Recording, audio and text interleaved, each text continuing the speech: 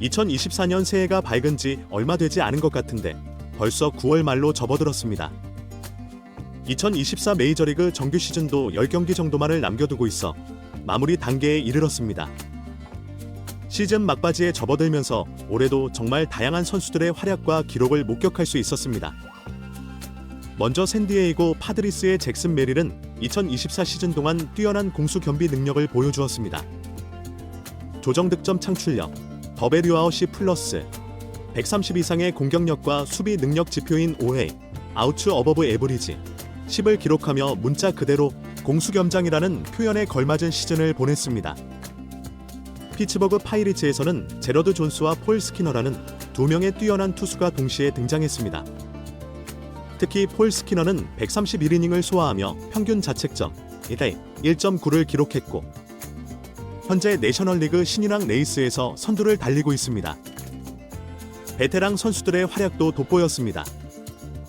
뉴욕 매치의 프란시스코 린도르는 작년에 이어 올해도 30홈런을 기록했으며 여전히 메이저리그 역사상 손꼽히는 수비력을 자랑하고 있습니다. 올 17로 현재 메이저리그 내야수 중 1위를 차지하고 있죠. 필라델피아 필리스의 브라이스 하퍼는 부상으로 잠시 주춤했지만 여전히 더베류아웃이 플러스 150 이상을 기록하며 리그 최고 타자들 중 한 명임을 입증했습니다. 하지만 이러한 선수들의 활약도 이제부터 소개할 두 선수에 비하면 다소 부족해 보일 수 있습니다. 바로 뉴욕 양키스의 핵심 선수 에런 저지와 다저스의 새로운 스타 오타니 슈에이입니다. 저지와 오타니 두 선수는 2024 시즌에 정말 대단한 모습을 보여주었습니다. 저지는 2022년에 이어 다시 한번 더베류아웃이 플러스 200 이상을 기록했고 무려 216에 달하는 엄청난 생산력을 보여주었습니다. 오타니는 50홈런 50도루라는 메이저리그 역사상 최초의 기록을 달성하며 타자에 집중한 오타니가 어디까지 성장할 수 있는지를 증명했습니다. 여기서 야구 팬들은 한 가지 궁금증이 생깁니다. 현재 거의 모든 타격 지표에서 독보적인 위치에 있는 에런 저지와 50홈런 마이너스 50도루라는 전무후무한 기록을 세우며 역사상 최고의 2루타조 중 하나가 된 오타니 슈에이.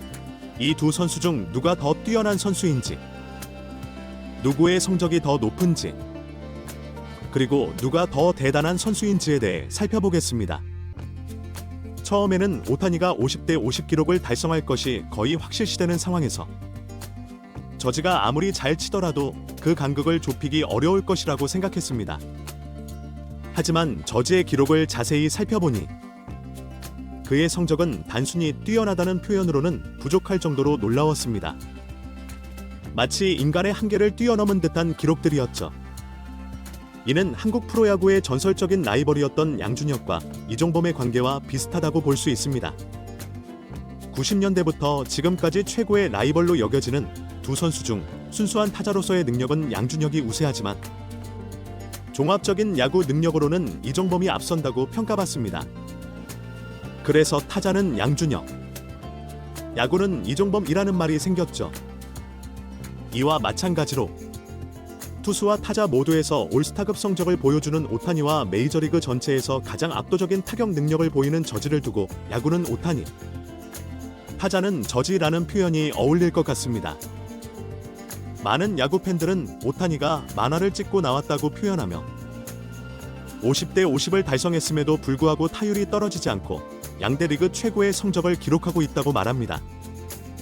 하지만 실제로 2024 시즌에는 오타니가 투수로 등판하지 않고 오로지 타자로만 활약하고 있기 때문에 순수한 타격 능력만을 놓고 본다면 저지에 다소 밀린다고 볼 수 있습니다. 실제 성적을 비교해보면 그 차이는 상상 이상으로 벌어져 있습니다. 야구가 탄생한 이래 가장 정확하고 직관적인 타격 스탯인 더베류아웃이 플러스, 조정 득점 창출력을 보면 현재 저지는 216, 오타니는 177을 기록하고 있습니다. 약 40 정도의 차이가 나는데 이는 엄청난 격차입니다.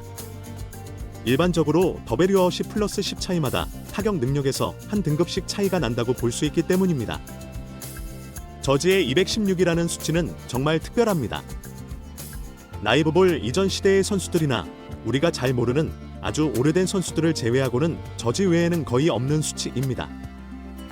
이는 시대를 대표하는 더 나아가 메이저리그 역사상 손에 꼽히는 재능을 가진 선수가 아니고서는 또는 금지된 약물을 복용하지 않는 한 저지보다 높은 수치를 기록하기 어렵다는 것을 의미합니다. 참고로 저지는 2022년에 62개의 홈런으로 아메리칸 리그 최다 홈런 기록을 세우며 더베류 아웃이 플러스 207이라는 놀라운 수치를 기록했는데 올해는 그보다도 더 높은 수치를 기록하고 있는 것입니다. 게다가 저지는 중견수를 맡고 있고 오타니는 지명타자로 뛰고 있다는 점도 고려해야 합니다. 메이저리그에서도 투표가 진행될 때 코너 외야수냐 지명타자냐에 따라 평가가 갈리는데 센터라인, 포수, 유격수, 이루수, 중견수과 지명타자의 차이는 더욱 크다고 볼 수 있습니다. 센터라인으로 갈수록 수비 부담이 커지고 다른 능력들도 요구되기 때문에 같은 타격 능력을 가졌다고 해도 센터라인 선수의 가치가 더 높아지게 됩니다. 따라서 센터라인에서 뛰는 저지의 타격 능력이 더욱 돋보이는 것입니다. 두 선수의 2024 시즌 타격 성적 차이를 확실하게 느낄 수 있는 또 다른 지표로 배팅런 밸류, 배팅런즈 밸류가 있습니다. 저지는 93, 오타니는 59를 기록하고 있습니다. 비교를 위해 2015년 브라이스 하퍼가 만장일치로 MVP를 수상했을 때의 수치가 71이었고 2022년 저지의 최고 기록이 80이었다는 것을 감안하면 93이라는 수치가 얼마나 대단한지 알 수 있습니다. 오타니 역시 매우 뛰어난 수치를 보이고 있지만 저지의 기록은 그야말로 전무후무한 수준입니다. 이런 측면에서 볼 때 오타니가 정말 대단한 성적을 거두고 있지만 저지는 그저 대단하다는 표현을 넘어서 사람이 아닌 게 아닐까 하는 의심마저 들게 합니다. 일부에서는 야구에서 전통적인 기록인 클래식 스탯이 더 중요하다며 대중적이면서도 직관적인 클래식 기록에서는 오타니가 훨씬 돋보인다는 의견도 있습니다. 하지만 과연 그런지 한번 살펴보겠습니다. 야구에서 가장 대표적인 클래식 스탯으로는 투수의 경우 평균 자책점 100, 타자의 경우 타율을 꼽을 수 있습니다. 타율과 함께 클래식의 대표적인 다른 기록들도 함께 살펴보겠습니다. 타율, 저지 333, 오타니 311, 출루율, 저지 488, 오타니 383, 장타율, 저지 699, 오타니 664, 타율, 출루율, 장타율 모두에서 저지가 압도적으로 높은 수치를 기록하고 있습니다.